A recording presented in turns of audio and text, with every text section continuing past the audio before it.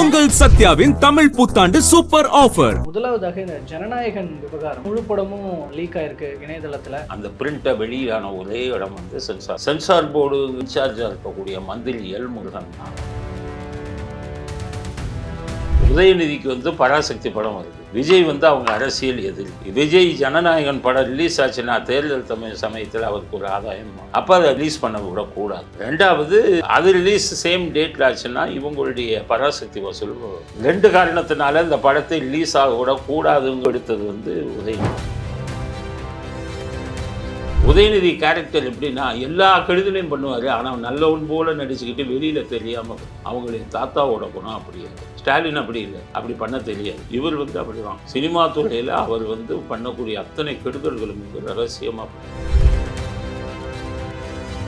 அதே மாதிரி நீங்கள் பார்த்தீங்கன்னா எல்முருகன் எப்படி மாட்டினாருன்னா, இவ்வளவு கெடுதலும் பண்ணிட்டு பராசக்தியை வந்துக்கிட்டு டீமை கொண்டு போய் அங்கே இன்ட்ரோடியூஸ் பண்ணுறாரு பிரைம் மினிஸ்டர். பராசக்தி தயாரித்தது யாரு? திமுக குரூப்பு. பராசக்தி கருணாநிதிக்கான படம், அந்த இந்தி எதிர்ப்பு போராட்டத்துக்கான படம். நீங்கள் உங்களுக்கும் அவங்களுக்கும் ஒத்தே வராது. உங்களை மதவாத கட்சின்னு சொல்கிறாங்க. அப்போ பொங்கலுக்கு இதுக்கு நீங்கள் அவங்களையே கூட்டிகிட்டு போய் கொடுத்தீங்கன்னா உங்களுக்கும் முருகனுக்கும் இவங்களுக்கும் உள்ள இணக்கம், ரெண்டு பேத்துக்கு இருக்கிற ரகசிய தொடர்பு வெளியில் வருது இல்லை? அதைத்தான் இப்போ வந்துக்கிட்டு மம்தா பானர்ஜி சொன்னாங்க. இவங்க ரெண்டு பேத்துக்குள்ள ரகசிய தொடர்பு இருக்கு சொன்னாங்கல்ல. இருவர் படம்னு ஒன்று வந்தது, இருவர் மணிரத்னம் வந்து. அதுக்கு என்ன பண்ணாங்கன்னு கேளுங்க. கருணாநிதி வந்து பிரகாஷ்ராஜ் நடிக்க வச்சாங்க கருணாநிதி கேரக்டர். எம்ஜிஆர் கேரக்டருக்கும் மோகன்லாலாக்காக வச்சாங்க. அப்போவே இவங்க சொன்னாங்க எங்கள் அப்பாவுக்கு வில்லனை நடிக்க வைக்கிறாங்க, எம்ஜிஆருக்கு ஹீரோவை நடிக்க வைக்கிறாங்கன்னு அப்போவே கிடக்குறாங்க. அது கசிஞ்சது. வந்த உடனே அந்த படம் ரிலீஸ் ஆன உடனே என்னென்ன பிரச்சனை பண்ணாங்க தெரியுமா? சினிமாங்கிறது பல பேருடைய உழைப்பு, பல பேருடைய வாழ்க்கை. வணக்கம்ங்கிறது தனிப்பட்ட முறையில் விரோதம் இருக்காங்க, தனிப்பட்ட முறையில் சினிமா எழுதி வச்சுக்கோங்க. நீங்கள் எல்லாத்தையும் தோண்டி இந்த இன்வெஸ்டிகேஷன் போனீங்கன்னா அது ரூட்டு கடைசி போய் நிற்கிறது இது இவங்க திமுக குடும்பத்தில் தான் போய் அதை அடிச்சு சொல்லுங்க. வெளியிட்டதில் கரூர் இது எப்படி இம்பேக்ட் வந்து அவருக்கு சாதகமாச்சோ அதே மாதிரி விஜய் மேலே உள்ள பரிதாபம் அதிகமாகி அவருக்கு சப்போர்ட் பண்ணாதவங்க கூட இப்போ சப்போர்ட் பண்ண ஆரம்பிச்சிட்டாங்க. ரஜினிகாந்த் அறிக்கை விட்டாரா இல்லையா? இன்னைக்கு ரஜினி ஆதரிச்சுக்கு அறிக்கை விட்டார். ரஜினிகாந்தை விடுங்க, கமலஹாசனே ஆதரிச்சு அறிக்கை விட்டுட்டார். பார்த்தீங்களா கமலஹாசன் அறிக்கை? கரூருக்கு முன்னாடி விஜய்க்கு இருந்த செல்வாக்கு வேறு, கரூர் கூட்ட நெரிசலுக்கு அப்புறம் விஜய்க்கு வந்த செல்வாக்கு வேறு. அதே மாதிரி இந்த படத்தை ரிலீஸ் பண்ணிட்டாங்க, இதில் விட்டுட்டாங்கன்னு சொன்னதுக்கப்புறம் இனி அவருடைய வந்து வளர்ச்சி விகிதம், அவருக்கு ஆதரவு விகிதம் வந்து இன்னும் பல மடங்கு அதிகமாகும். இந்த முட்டாள்களுக்கு அது தெரியாமல் அவன் தலையிலே மண்ணவாரி போட்டுக்கிட்டு.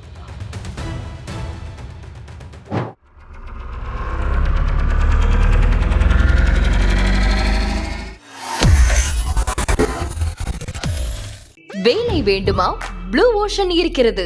10th 12th டிப்ளமோ டிகிரி படித்தவர்களுக்கு உணவு, தங்குமிடம், இஎஸ்ஐ, பிஎஃப், இன்சூரன்ஸ் உள்ளிட்ட சலுகைகளுடன் அனுபவத்திற்கேற்ற நல்ல சம்பளம் 15,000 முதல் 30,000 வரை. பெண்களுக்கு முன்னுரிமை. 2,000க்கும் மேற்பட்ட வேலை வாய்ப்புகள் உள்ளன. இப்போதே தொடர்பு கொள்ளுங்கள். Blue ocean.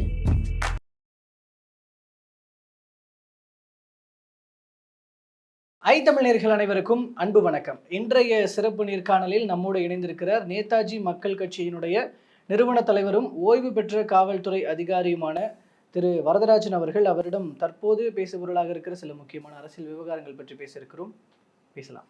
வணக்கம் சார். வணக்கம். முதலாவதாக இந்த ஜனநாயகன் விவகாரம் படம் வந்து முழு படமும் லீக் ஆயிருக்கு இணையதளத்தில். ஸோ கேவிஎன் ப்ரொடக்ஷன்ஸ் தரப்பில் ஒரு அறிக்கை விடப்பட்டிருக்கு. ஆக்சுவலி அது ஒரு எச்சரிக்கை அறிக்கை. இப்போ அது வந்து யாராவது இந்த படத்தை டவுன்லோட் பண்ணிங்கன்னா, காப்பி பண்ணிங்கன்னா, சேவ் பண்ணிங்கன்னா, ஃபார்வர்ட் பண்ணிங்கன்னா அவங்க மேலே ஒவ்வொரு தனிநபர் மீதும் ஆக்ஷன் எடுக்கப்படும் அப்படின்ற ஒரு விஷயத்த சொல்கிறாங்க. ஒரு எச்சரிக்கை விடுக்கும் வகையில் இது பாசிபிளான ஒரு விஷயமா? இந்த விவகாரத்தை எப்படி பார்க்குறீங்க? இல்லை, முதல்ல இது எப்படி லீக் ஆச்சு அப்படிங்கிறது தான் ஜனங்க தெரிஞ்சுக்கணும். இந்த படம் சென்சார் போர்டுக்கு போயிடுச்சு. சென்சார் போர்டு தான் பார்த்தாங்க. அந்த பிரிண்ட்டை வெளியான ஒரே இடம் வந்து சென்சார் போர்டு இன்சார்ஜாக இருக்கக்கூடிய மந்திரி எல் முருகன் தான் இந்த படத்தை வந்து ரிலீஸ் ஆகாமல் விடுறதுக்கான அத்தனை வேலைகளையும் பண்ணார். இப்போ இவர் ஆதவ அர்ஜுன் நேற்று சொல்லியிருக்காரு. எப்படி பண்ணாருன்னு கேட்டிங்கன்னா, உதயநிதி தான் வந்து அதுக்கான இதுங்களை பண்ணாங்க. உதயநிதிக்கு வந்து பராசக்தி படம் வருது. விஜய் வந்து அவங்க அரசியல் எதிரி.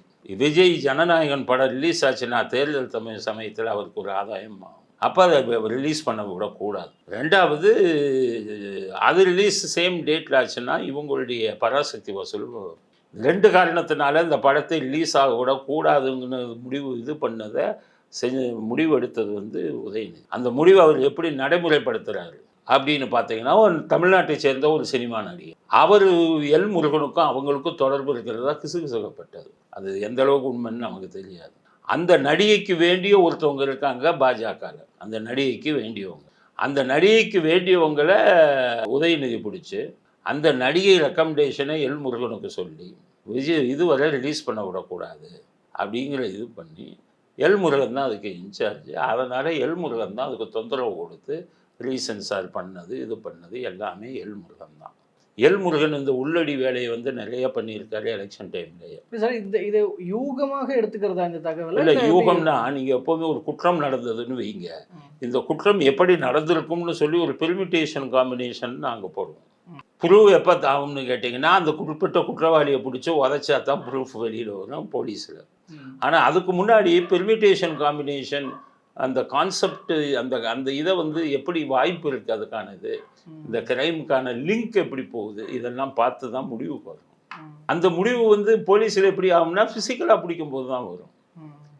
இதே மாதிரி இது இப்படி ஒரு இது நடந்திருக்கு அப்படின்னா, ஜனநாயகன் படத்துக்கு கெடுதல் பண்ணுறாங்கன்னா யார் பண்ணுறா அப்படிங்கிற இதை வந்து அனாலிசிஸ் பண்ணால் தான் வந்து உங்களுக்கு குற்றவாளியை கண்டுபிடிக்கும். ஜனநாயகன் வெளிவர்றதுனால நஷ்டம் யாருக்கு?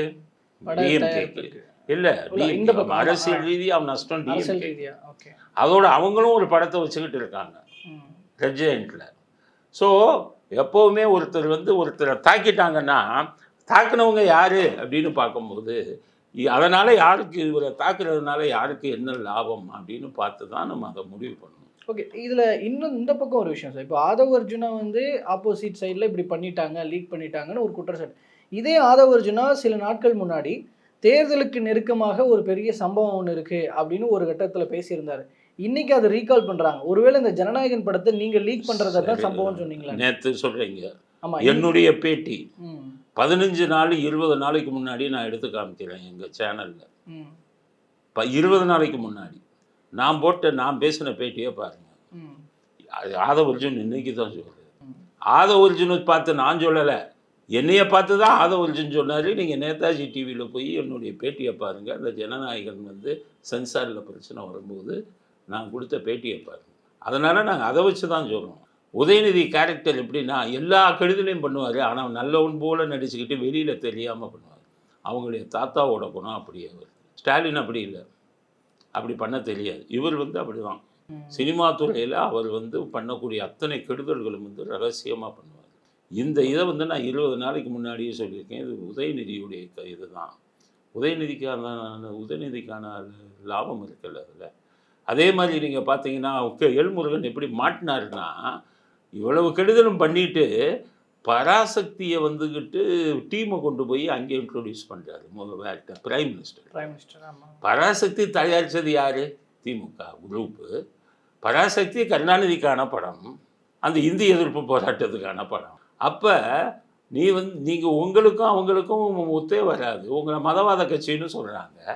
அப்போ உங்களுக்கு இதுக்கு நீங்கள் அவங்களையே கூட்டிகிட்டு போய் கொடுத்தீங்கன்னா உங்களுக்கும் முருகனுக்கும் இவங்களுக்கும் உள்ள இணக்கம் 2 பேத்துக்கு இருக்கிற ரகசிய தொடர்பு வெளியில் வருது இல்லை. அதைத்தான் இப்போ வந்துக்கிட்டு மம்தா பானர்ஜி சொன்னாங்க. இவங்க 2 பேத்துக்குள்ள ரகசிய தொடர்பு இருக்குது சொன்னாங்கல்ல மம்தா பானர்ஜி. அதெல்லாம் நீங்கள் இது பண்ணி பாருங்கள். இவர்கள் மோடஸ் ஆபரண்டிக்குள்ளே இது பார்ப்போம் நாங்கள். ஒரு குற்றவாளி பிடிபட்ட உடனே இவனுடைய பேக்ரவுண்டு பாருங்கள், எத்தனை கன்விக்ஷன் இருக்குன்னு பாருங்கள். அந்த கன்விக்ஷன் என்னென்ன எம்மூலன்னு பாருங்கள். இப்போ ஒருத்தன் ராபரி பண்ணிடுறான், அவனுக்கு ஏற்கனவே 4-5 கேஸ் ராபரி கேஸ் இருக்கிறான். கோர்ட்டு என்ன முடிவு கூறுவாங்க? ஏற்கனவே பண்ணியிருக்காங்க. ஸோ இதையும் வந்தான் பண்ணியிருக்கணும்னு. இந்த 5வது கேஸை பார்க்கவே மாட்டாங்க, 4 பண்ணியிருக்கானா அப்படின்னு. இவங்களுடைய மோடஸ் ஆபரண்டியை பாருங்கள். உலகம் சுற்றும் ஆய்வுனுக்கு என்ன பண்ணாங்க? இதே வேலை தான் பண்ணாங்க. நெகட்டிவாக தீயை வச்சு கொடுத்தோம். 20 படம்னு ஒன்று வந்தது, 20 மணிரத்னம் வந்தது. அதுக்கு என்ன பண்ணாங்கன்னு கேளுங்க. அதில் வந்து கருணாநிதி வந்து இப்போ பிரகாஷ்ராஜ் நடிக்க வச்சாங்க கருணாநிதி கேரக்டருக்கு. எம்ஜிஆர் கேரக்டருக்கும் மோகன்லாலாக்காக வச்சாங்க. அப்போவே இவங்க சொன்னாங்க எங்கள் அப்பாவுக்கு வில்லனை நடிக்க வைக்கிறாங்க, எம்ஜிஆருக்கு ஹீரோவை நடிக்க வைக்கிறாங்கன்னு அப்போவே கிளப்புனாங்க. அது கசிஞ்சது. வந்த உடனே அந்த படம் ரிலீஸ் ஆன உடனே என்னென்ன பிரச்சனை பண்ணாங்க தெரியுமா? அந்த படத்தை ஓட விடாமல் இருக்கிறதுக்கு கேசட்டுங்கள் எல்லாம் எடுத்து வெளிவிட்டாங்க. அந்த படம் ஓடக்கூடாது தியேட்டரில். இவங்க மதுரையிலெல்லாம் போய் மூக்க அழகிலேயே ஒவ்வொரு இதுக்காக ஃப்ரீயாக கொடுத்தாங்க கேசட்டை பாருங்க, படத்தை ஓட வைக்கக்கூடாது. அதுக்கப்புறம் முதல்வன் படத்துக்கு என்ன பண்ணாங்க? இதே மதுரையிலே இதே கேசட்டுங்களை கொடுத்து அந்த படத்தை ஓட விடாமல் பண்ணணும்னு கேசட்டுங்கள்லாம் அப்போல்லாம் இந்த இன்டர்நெட் இதெல்லாம் இல்லை பண்ணாங்க. அப்போ மோடஸ் ஆப்பரண்டி பாருங்க, இதே குற்றத்தை பண்ணியிருக்கான் அவன். அதனால் நான் 15-20 நாளைக்கு முன்னாடி சொன்னதை தான் இன்றைக்கி அவர் சொல்கிறார். இதில் லாஜிக்கல் பாயிண்ட் ஒன்று வைக்கிறாங்க சார். ஆக்சுவலி இந்த படத்தோட அந்த ரிலீஸ் ஆனதில் பார்த்தீங்கன்னா ஒரு எடிட்டர் காப்பின்றதே இருக்குது. இப்போ எடிட்டர் காப்பின்னு மென்ஷன் பண்ணது எடிட்டர் டேபிளில் இருக்கிற ஒரு விஷயம். அங்கே ஒரு 6 பேருக்கு தான் அக்சஸ், டைரக்டர் உட்பட, எடிட்டர் உட்பட, assistant director, assistant editors. So அந்த 6 பேருக்கு மட்டும்தான் அக்சஸ். அங்கேருந்து தான் இது லீக் ஆகிருக்கு அப்படின்னு ஒரு லாஜிக்கல் பாயிண்ட் வைக்கிறாங்க. லாஜிக்கல் பாயிண்ட்டை சைஃபர் கிரைம் போலீஸ் சொன்னாங்களா? இல்லை, இது சமூக வலைதளங்கள்ல அதெல்லாம் இது பண்ணாதீங்க. சைஃபர் கிரைமில் சயின்டிஃபிக்காக விசாரிக்க சொல்லுங்கள். ஆட்சி மாற்றம் வரப்போகுது. ஆட்சி மாற்றம் வந்தோடனே அவ்வளோ பேர் மாற்றானா இல்லையான்னு பாருங்க. சினிமாங்கிறது பல பேருடைய உழைப்பு, பல பேருடைய வாழ்க்கை. உனக்கும் அவங்களுக்கு தனிப்பட்ட முறையில் விரோதம் இருந்தால் அதை தனிப்பட்ட முறையில் காட்டுங்க, சினிமாவில் காட்டாதீங்க. ஆல்ரெடி நீங்கள் அந்த 5 வருஷத்தில் சினிமா உலகம் குட்டிச்சவராகிடுச்சு. ரெட் ஜெயண்ட்டுன்னு ஒன்று வச்சு, ரெட் ஜெயண்ட்டும் சன் பிக்சர்ஸும் 2 பேரை தவிர யாருமே இன்றைக்கி படத்தை ரிலீஸ் பண்ண முடியாது. சினிமாவுக்கு பல பிரச்சனைகள் வந்துருச்சு. ஏஐ எல்லாம் வந்துருச்சு, தொழில்நுட்பம். அது வந்தால் சினிமா அழிஞ்சு போயிடுங்கிறாங்க.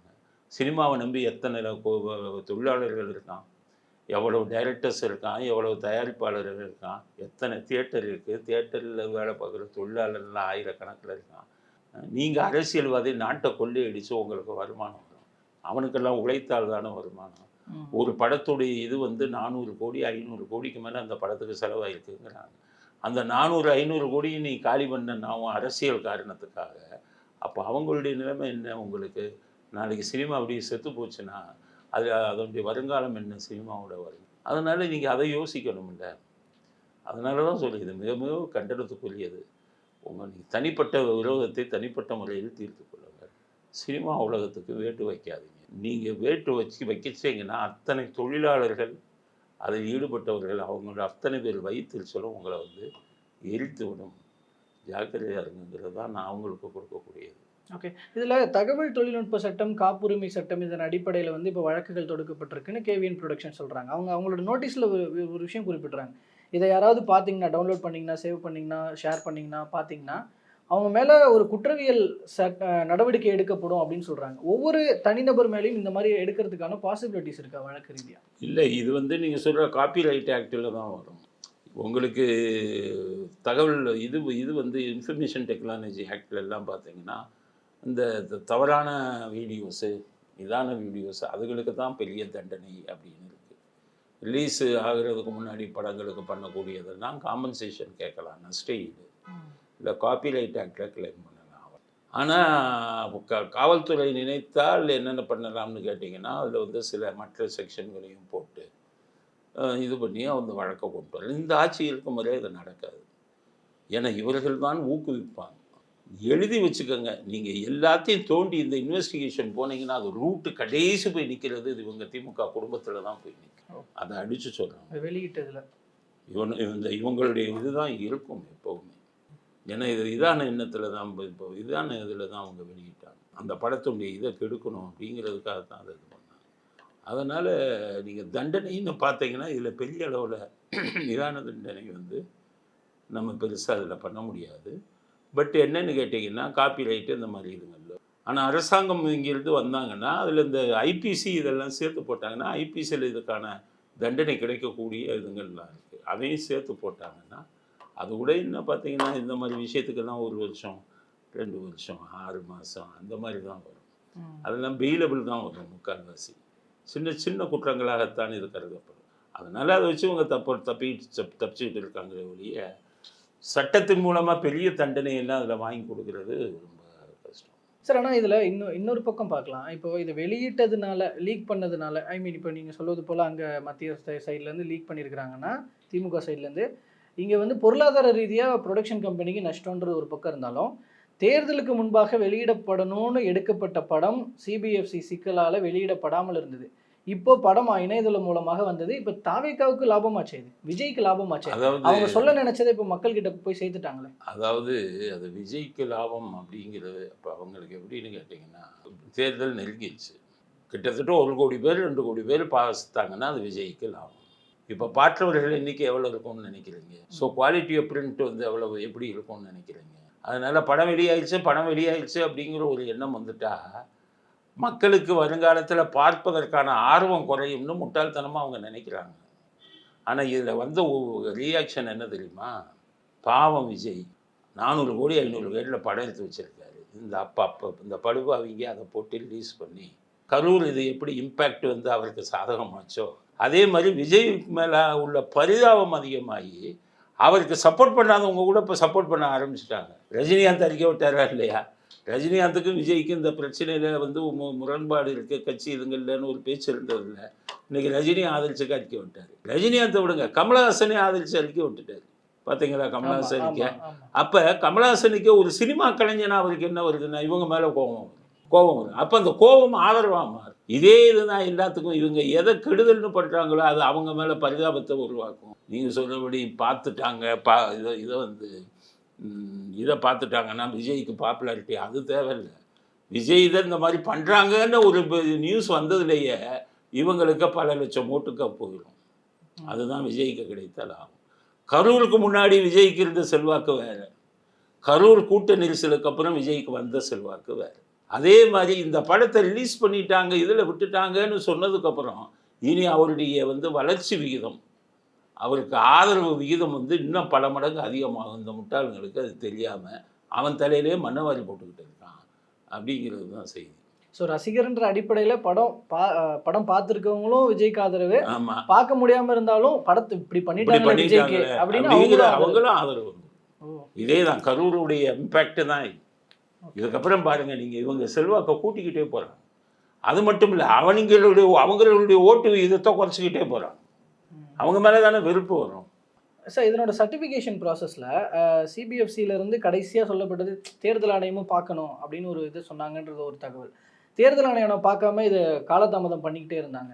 தேர்தல் ஆணையத்தினுடைய நடவடிக்கை எப்படி பார்க்கலாம் இந்த இடத்துல? அவங்க படம் பார்த்து ஓகே இல்லைன்னு ஏதாவது சென்சார் வந்து அதை சொல்லக்கூடாது. சென்சாரு முருகன் இதனால முருகனால ஒருதலை பட்சமாக நடந்துக்கிட்டு இருக்கான். உன் வேலை என்ன சென்சார்? அந்த படம் சென்சார் வந்து தணிக்கைக்கு வந்து முடித்து அனுப்புறதோட உன் வேலை முடிஞ்சிருச்சு. எலெக்ஷன் கமிஷனுக்கு அனுப்புறதுலாம் உன் வேலையா? சென்சார் வேலையா? என்ன நடக்கணும்னா சென்சார் முடிச்சு அனுப்பிடல, நீ எக்கெடுங்கிட்டு போ, அவ்வளோதான். என்னுடைய தணிக்கை சான்றிதழ் கொடுத்துட்டேன், வேலை பார்த்துருவாங்க. அதுக்கப்புறம் யார் பண்ணணும்னா எதிர்கட்சிகள் போய் எலெக்ஷன் கமிஷனில் பெட்டிஷன் கொடுக்கணும். என்னென்னா இது வந்து எலெக்ஷன் டைமு, இந்த படத்தை நீங்கள் ரிலீஸ் பண்ண விட்டீங்கன்னா எங்களுக்கு அவருக்கு பாதிப்பு வரும், அதனால் விடக்கூடாதுன்னு அவன் போய் எலெக்ஷன் கமிஷன்கிட்ட கொடுக்கணும். அப்போ தான் எலெக்ஷன் கமிஷன் இவங்களை கூப்பிட்டு நான் படத்தை பார்க்கணும் அப்படின்னு பார்த்துட்டு அவங்க தடை செய்கிறதா எலெக்ஷன் வரங்கிறத முடிவு பண்ணுவாங்க. இவங்க முட்டாள்தனமாக தணிக்கை சான்றிதழ் இது எலெக்ஷன் கமிஷனுக்கு அனுப்புன்னு சொல்கிறதுக்கு எலெக்ஷன் கமிஷனுக்கு என்ன அதிகாரம்? மந்திரியாக இருக்கிறவன், எம்எல்ஏவாக இருக்கிறவன், எம்பியாக இருக்கிறவன், முதல்வராக இருக்கிறவன் எல்லாமே நம்ம நாட்டில் வந்து முட்டாள்களாக இருக்கான். நான் இதை போல இதாக சொல்கிறேன்னு நினைக்காதீங்க. ஒருவருக்கும் சட்டம் தெரியல. நீ என்ன சொல்கிறது? அதை நீ பிஜேபியை சேர்ந்தவன் தானே, விடு. அதை சென்சார் முடிஞ்சதில்லை. உன் கட்சியிலேருந்து போய் எலெக்ஷன் கமிஷனுக்கு கூட இந்த படத்தை ரிலீஸ் பண்ண விடாது. மக்கள் ஒன்று குறை சொல்வானா? உங்களை குறை சொல்வானா? உன்னை குறை சொல்ல மாட்டான். அது சட்டப்படி தான் பண்ணுறாங்க. சட்டப்படி உனக்கு பண்ண தெரியல, நீயே போய் செஞ்சு மாட்டிக்கிற. மக்கள் மத்தியில் இவன் தான் செஞ்சான்னு தெரிஞ்சு போனோன்னு அவருக்கான ஆதரவை கூடிட்டு போகுத. நீங்களே அவரை வந்து ஆட்சி பொறுப்பில் கொண்டு வந்துடுவீங்கிறது தான் என்னுடைய இது.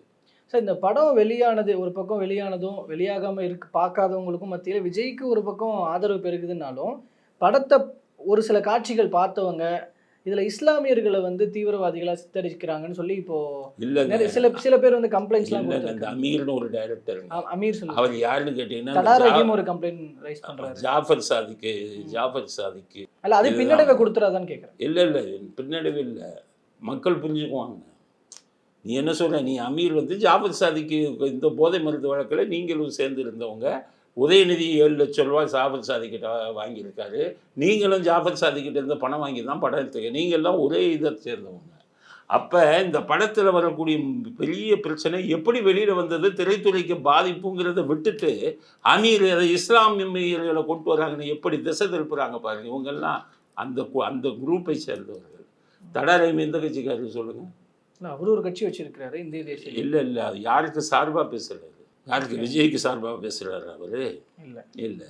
அப்போ அவர்கள் அரசியல் ரீதியாக இதை வந்து அதை அப்படி கொண்டு வரணும் அப்படிங்கிறதுக்காக இவங்க பேசுகிறாங்க. இவங்க இஸ்லாமிய சமூகத்திற்காக பேசணும். இஸ்லாமிய சமூகம் எங்கெங்க பேசுகிறாங்க? இஸ்லாமிய சமூகம் யாரும் அது இதுவாக பேசலையே. எத்தனை படங்கள் வருது, எத்தனையோ படங்களில் தீவிரவாதத்தை பற்றி எடுக்கிறாங்க, இதை பற்றி எல்லாம் சொல்லிக்கிட்டு இருக்காங்களே. அன்றைக்கி விஸ்வரூபம் படத்துலேயே இந்த பிரச்சனை வந்ததா இல்லையா? கமலஹாசன் இது விஸ்வரூபத்திலேயே எந்த இஸ்லாமிய அமைப்பும் இதில் மோசமாக சொல்லலான்னு கேட்கலையே. ஜெயலலிதா அவர்களாக கூப்பிட்டு இல்லைப்பா இதில் இஸ்லாமியத்தை பற்றி தப்பாக சொல்கிறாங்க, அதை நீக்கணும்னு அவங்களா அந்த முயற்சி எடுத்தாங்க. இஸ்லாமியர்கள் வந்து வாழ்ந்து பழகிட்டாங்க. இந்த மாதிரி விஷயங்கள் இஸ்லாமியர்கள் இதாக சொல்கிறாங்க அதான் சொல்கிறாங்கிறது பல படங்கள்ல எடுக்க ஆரம்பிச்சிட்டாங்க. அதை வந்து அவங்க கண்டுக்கிறது இல்லை. நல்ல இஸ்லாமியர்கள் நல்ல இதில் இருக்கிறவன் அதை பற்றி ஏன் கவலை பண்ண? அவன் தீவிரவாதியைத்தானே சொல்கிறான். அதனால் தீவிரவாதம் அப்படிங்கிறது வேறு. ஒவ்வொரு நாட்டிலையும் இலங்கை இதில் நடந்தது, அது தீவிரவாதம்னாங்க. அங்கே இருக்கிற இலங்கை தமிழர்கள் வந்து தீவிரவாதிகளாக யாரும் பார்க்கல. அவன் நாட்டுக்கு சுதந்திரம் வாங்குறதுக்காக பண்ணினாதான் பார்த்தாங்க. ஒவ்வொரு நாடுகள்லையுமே இந்த சுதந்திரத்துக்காக இல்லை இந்த மற்ற விஷயங்களுக்காக போராளிகள் இருக்கத்தானே செய்வோம். அதனால் இஸ்லாமியர்கள் அப்படிங்கிறது வந்து இதில் வரவே இல்லையே. எதுக்கு அமீர் கொண்டு வர்றாருன்னா அவங்க பூரா திமுகவே தான் இருந்தோம். அமீர் இப்போ ஒரு குற்றவாளியாக சேர்க்கப்பட்டிருக்காரு. ஸோ இவங்களோட சார்ந்து இருந்தால் தான் அவர் தப்பிக்க முடியும். அதனால் இவர்கள் சொல்லக்கூடியதெல்லாம் நம்ம வேத வாக்க எடுக்க முடியாது. கமலஹாசன் சொல்கிறது எடுத்துக்கோங்க. கமலஹாசன் பிரச்சாரத்துக்கே போவாரான்னு பாருங்கள்.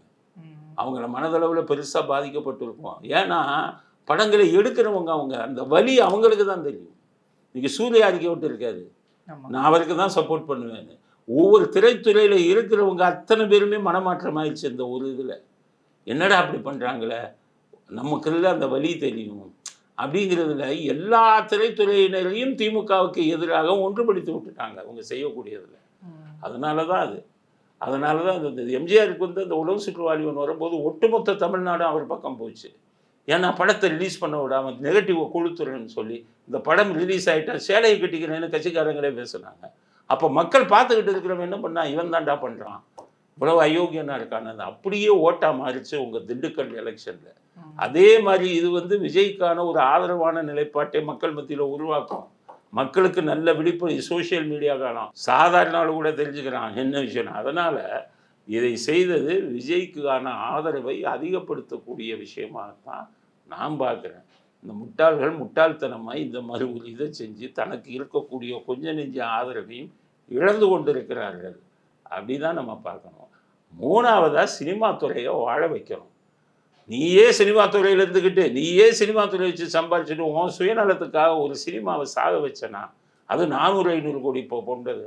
உனக்கு நஷ்டங்கிறதே கிடையாது. நீ தியேட்டரில் 15% லாபத்தை வச்சு தியேட்டரில் ரிலீஸ் பண்ணிக்கிட்டு இருக்க. ஆனால் ஒரு படம் நஷ்டமானால் எத்தனை பேர் அதில் பாதிக்கப்படுவாங்கிறது உனக்கு மனசாட்சி கிடையாது. நீ அதை பற்றி யோசிக்க மாட்டே. ஆனால் மக்கள் யோசிப்பான், தியேட்டருக்காரன் யோசிப்பான், தியேட்டரில் வேலை செய்கிறவன் யோசிப்பான். அங்கே இந்த இது வந்துக்கிட்டு பார்க்கிங்கில் வந்து ஒருத்தன் வேலை செஞ்சுக்கிட்டு இருக்கான் பாருங்க, டோக்கன் கொடுத்து அவன் கூட யோசிப்பான். சினிமாவை சாகரிச்சாங்கன்னா நம்ம வேலையே போயிடணும், கேன்டீன் வச்சுருக்கணும் யோசிப்பான். சினிமா கலைஞர்கள் யோசிப்பாங்க, இயக்குநர்கள். சினிமாங்கிறது ஒரு பெரிய அதை சாகடிக்கிறது மாதிரி முட்டாள்தனம் எதுவும் இல்லை. அதான் ஆட்சி பொறுப்பில் இருப்பவர்கள் அந்த பொறுப்பை உணரணும். அதனால் இது வந்து மிகப்பெரிய அடி திமுகவிற்கு. இதை செய்தது உதயநிதி தூண்டுதல். உதயநிதி முருகன் கூட்டணி தான் இதை செஞ்சது அப்படிங்கிறது என்னுடைய ஆணித்தரமான கருத்து. அதற்கான இந்த கொராபரேட்டிவ் எவிடன்ஸ் இதில் நிறைய இருக்குது. Corroborative evidence